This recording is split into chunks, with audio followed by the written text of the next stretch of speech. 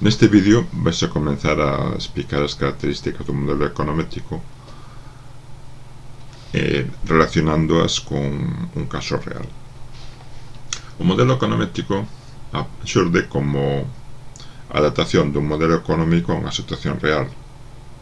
Un modelo económico é unha proposta económica para explicar o comportamento dunha variable a partir dunha variable explicada en función do comportamento dunha serie de variables explicativas.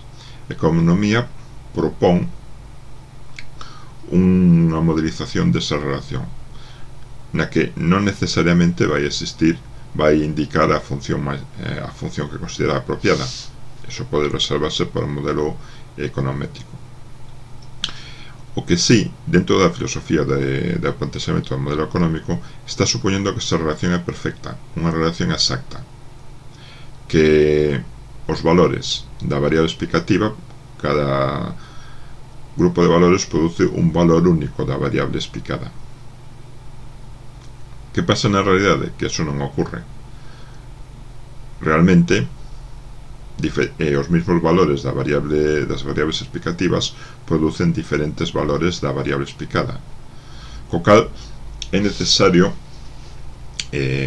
pensar de outra forma o que é o modelo económico. En realidade, de propoñer un único valor para cada realización das variables explicativas, o que propón é unha media dos resultados esperados para uns valores dados das variables explicativas.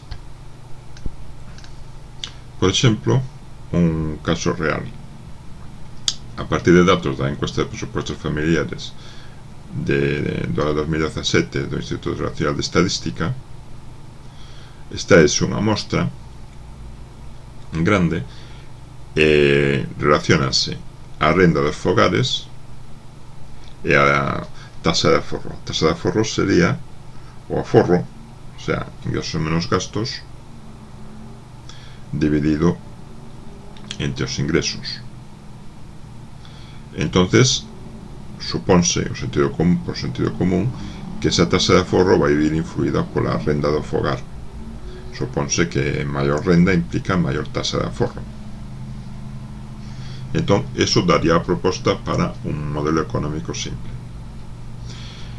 Ben, cada valor de renda vai ter unha tasa, pero non vai ser unha tasa única. Temos aquí un resumen dos resultados nos que se separaron cada unha das variables en 5 intervalos e colocouse como representante de cada un deles a súa marca de clase.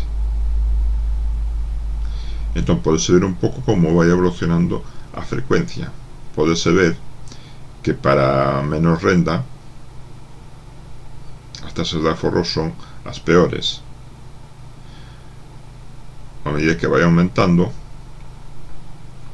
as tasas de aforro máximas para os novos intervalos van subindo.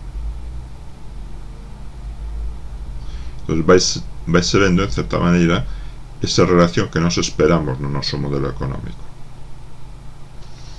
Ben, isto é unha forma de verlo mediante agrupación de datos e intervalos e cálculos, pero iso tamén se pode ver gráficamente. Vese aquí a representación da renda e a tasa, e esta línea sería o equivalente a media aritmética condicionada, unha esperanza condicionada estimada para cada un dos valores da renda. Podese ver que hai unha aceleración moi alta ao inicio, pero ese crecemento síguese mantendo. En xeral, o que confirmaría a idea de que a máis renda, máis tasa. Pero que pasa para un valor particular desa renda? Por exemplo, para 50. Pois nese valor particular de renda temos toda unha serie de tasas de aforro diferentes. Podríamos decir que para cada valor de renda temos unha distribución de datos de tasa, non só unha resposta constante. Eso sería causado pola aleatoriedade da relación entre esas dúas variables, que é algo que xa se vai recoller no modelo econométrico. Entón, iso implica modificar o concepto do que pretende o modelo económico.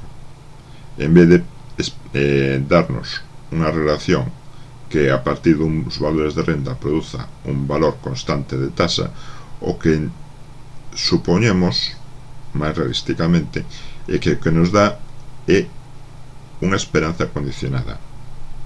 Cada valor de renda hai unha función que nos di que é o que podemos esperar como tasa para ese valor de renda.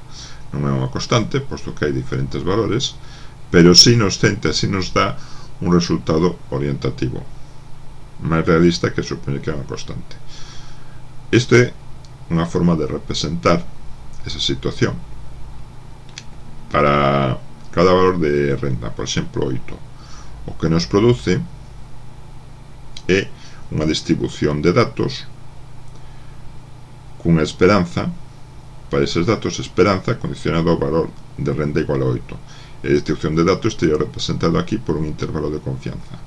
O 95% dos datos obtidos ocupan esta zona. Vese que hai moita variedade en tasas correspondentes a 8.000 euros.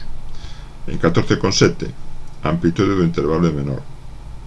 Aumenta a esperanza condicionada, o que podemos esperar como tasa de aforro para valores como tasas en fogares que ingresan, que teñen de renda 14.700 euros.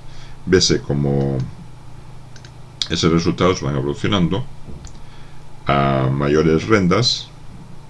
Sigue sendo un intervalo o que producen, pero cada vez con maiores valores. Entón, isto sería máis axustado que se pretende facer con modelo económico. Dar, a pesar de que para cada renda temos unha distribución de datos posibles de tasa de aforro, o que pretende o modelo é dar o que se espera, a esperanza da tasa para cada valor de renda que podamos ter. O sea, o equivalente en descriptiva a unha media aritmética condicionada. Entón, nese estudio da tasa de aforro podemos situarnos en varias situacións. Se non dispoñemos de ninguna variable explicativa, a situación é esta. O mellor que podemos facer para explicar a tasa de aforro é calcular a súa esperanza, a súa media.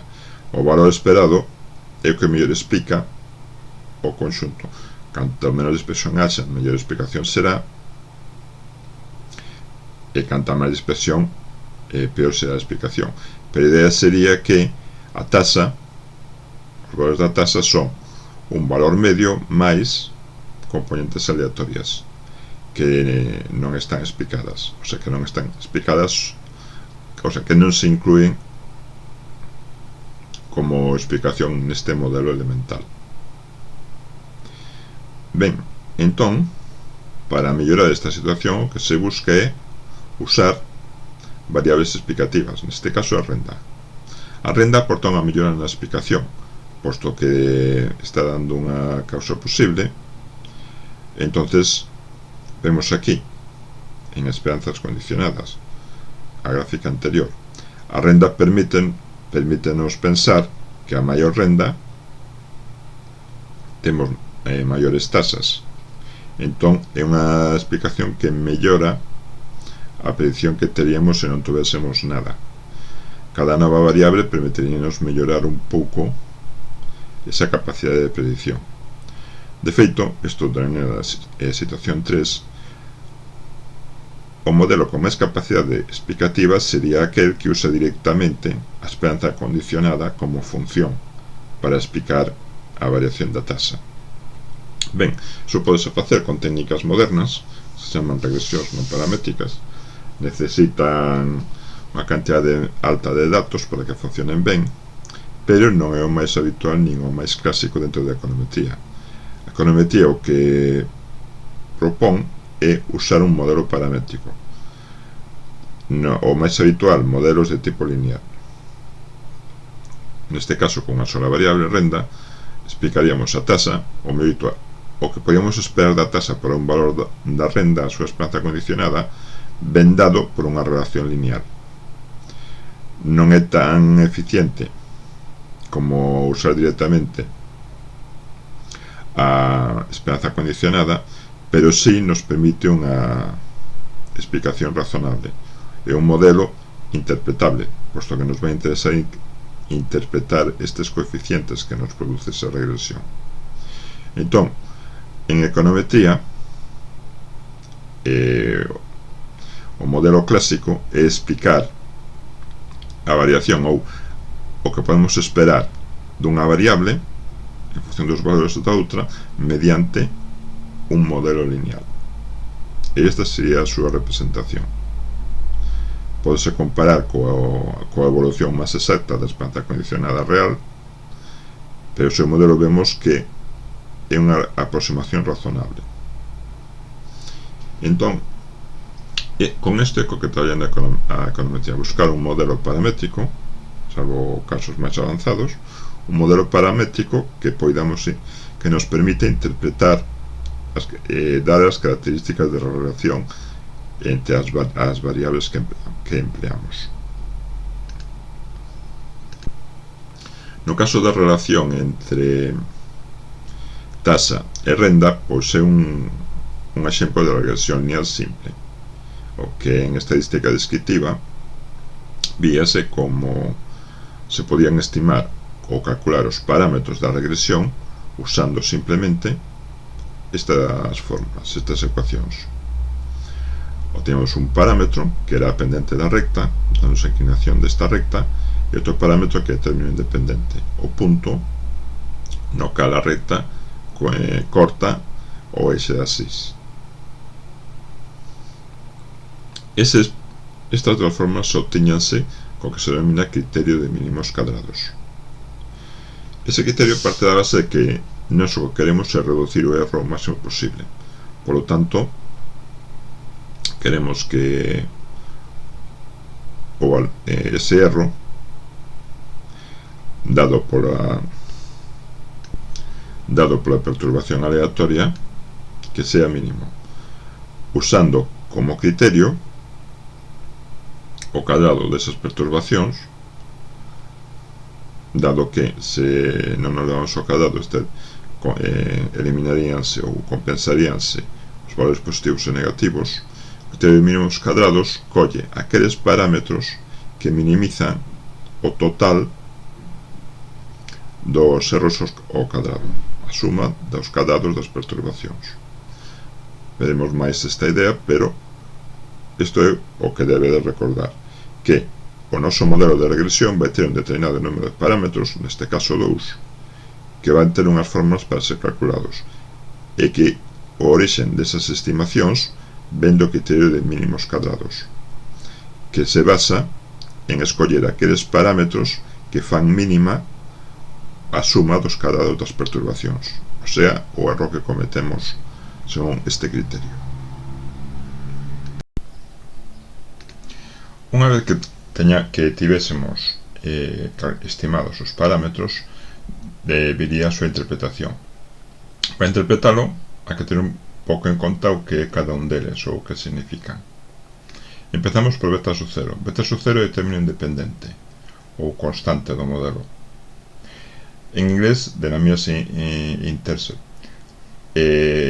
Por eso se soe traducir ás veces como intercepto. Non é correcto, pero é cada vez máis frecuente. Veredelo bastante por aí. Entón, no término independente, que significa? Significa o valor que vai ter a variable explicada cando a variable explicativa sea 0. Aquí hai unha sola variable explicativa, pero en xeral será así. O valor que teña da variable explicada según o noso modelo estimado cando a variable explicativa sea 0. Isto non sempre ten sentido, porque non sempre as variables explicativas teñen sentido que sean 0, ou o resultado que dá pode ser unha incoherencia. De todas formas, matemáticamente esa é a súa explicación. O beta 1 é o coeficiente de x, ou a pendente de x. Indica o efecto da variable x sobre a variable y. Entón, se x fose independente da perturbación, o sea, se non houvese factores que interferisen sobre a relación entre x e y, poderíamos decir que o coeficiente beta 1 é o efecto que ten un incremento de x sobre y. Se x aumenta nunha unidade, y aumentará o que nos dá o coeficiente y. Se x varía nunha unidade, a variación de y ven dado polo coeficiente beta 1. De acordo? Se ven, isto, para ser exacto, debe verificar que x é independente de y, o que se dé unha condición de independencia en media entre x e perturbación. O sea, o valor que esperamos para a perturbación non se debe ver afectado, non se debe ver condicionado polos valores de x. Debe ser o mismo independentemente do que consigamos polos valores de x. Isto sería o que nos permitiría facer análise causal, porque nos permitiría ter as influencias de factores non incluídos no modelo fora do que estimamos dentro do modelo.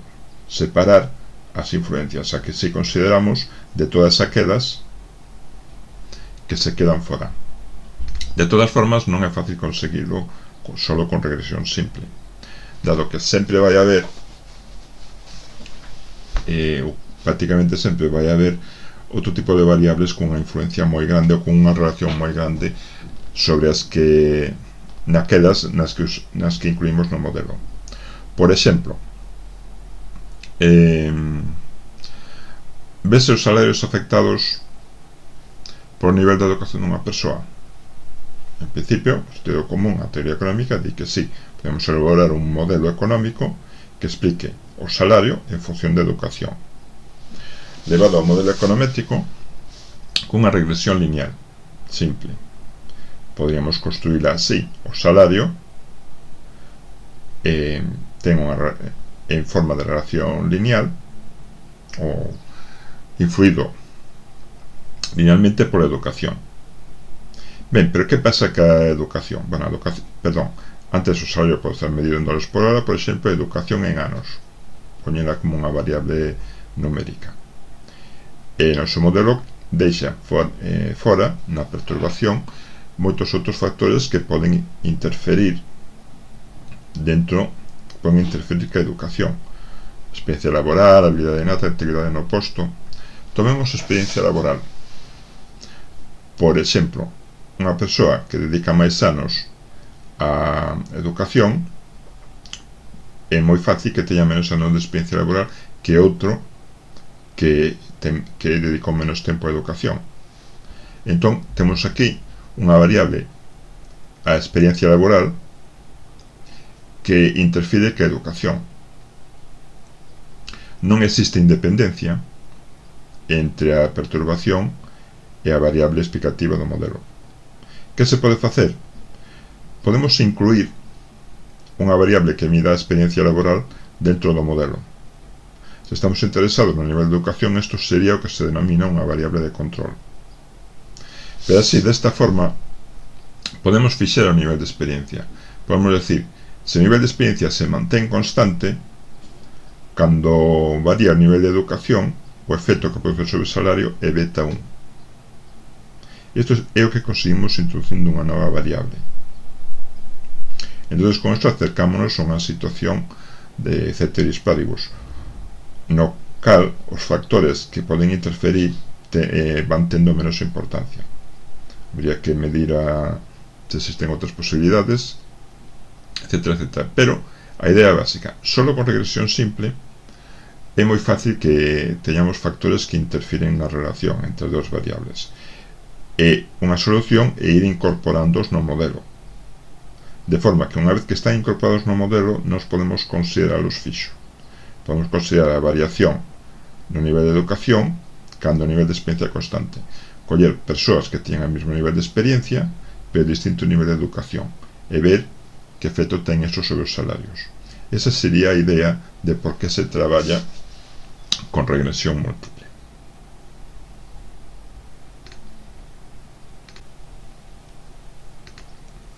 Entón, máis que con regresións simples, vai a traballar con regresións múltiples. Unha variable explicada relacionada linealmente con variables explicativas.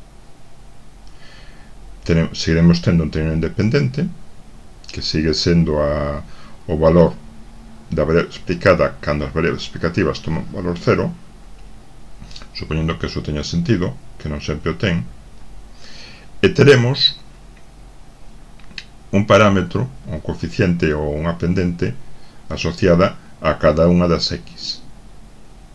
Cada unha delas será o efecto da variable correspondente sobre a variable explicada. Beta 1, efecto da variable x1 sobre y, beta 2, efecto da variable x2 sobre y, etc. Ademais, o efecto supoñendo que todas as demais variables permanecen constantes. Eso é interesante da regresión múltiple, que nos permite conseguir eso.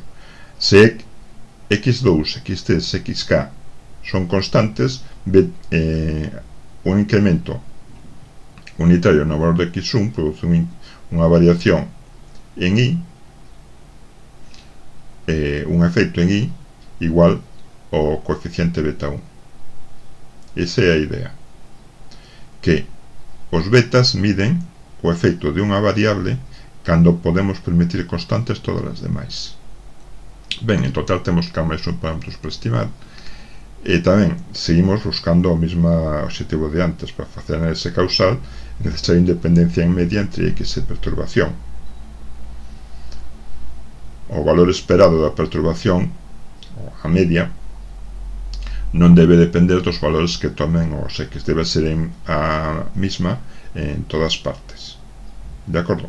Non debe, esa influencia debe estar eliminada ou reducida ao mínimo para poder facer análise causal.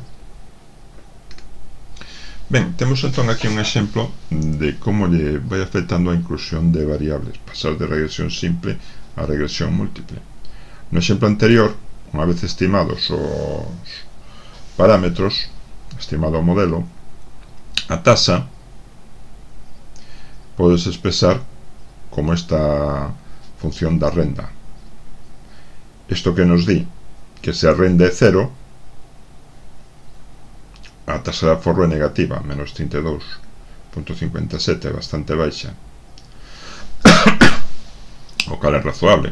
Se non hai ingresos, solo pode haber gasto, o sea, o gasto mínimo necesario, quero decir, implica un desaforro, sería unha interpretación. Ademais, beta, que significa que por cada unidade que aumenta a renda, a tasa aumenta 1,06. Dado que a tasa é unha variación e que a renda está dado en miles de euros, un incremento de 1000 euros, este modelo predí que producirá un incremento na tasa de 1,06%. De acordo? 1,06% porque a tasa está dada en tanto por cen. Porque un fallo moi habitual poñerle tanto por cento porque sí. Non. Hai que adaptarse ao que é cada unha das variables. Aquí non hai ninguna porcentaxe, aquí sí. Por eso isto sería un incremento da renda en 1000 euros implica un incremento na tasa de 1,06%. As unidades que lle corresponde. Ben, que pode influir? Pois, por exemplo, no aforro, número de membros podría influir de dúas formas. Máis membros pode resultar en máis persoas traballando e máis ingresos, maior renda, pero tamén significa maior gasto. Entón podemos incluir o número de membros no modelo. De feito, aquí coloquei un método de correlacións e vese que existe unha certa correlación entre renda e número de membros. Non é moi alta, isto corresponde a un coeficiente de determinación de 0,1.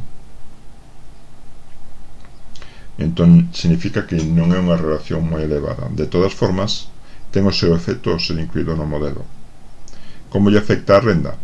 Pois simplemente 1000 euros de renda teñen un efecto maior se consideramos constante o número de membros. Para fogares co mesmo número de membros, un incremento da renda en 1000 euros significa un aumento da taxa en 1,24%.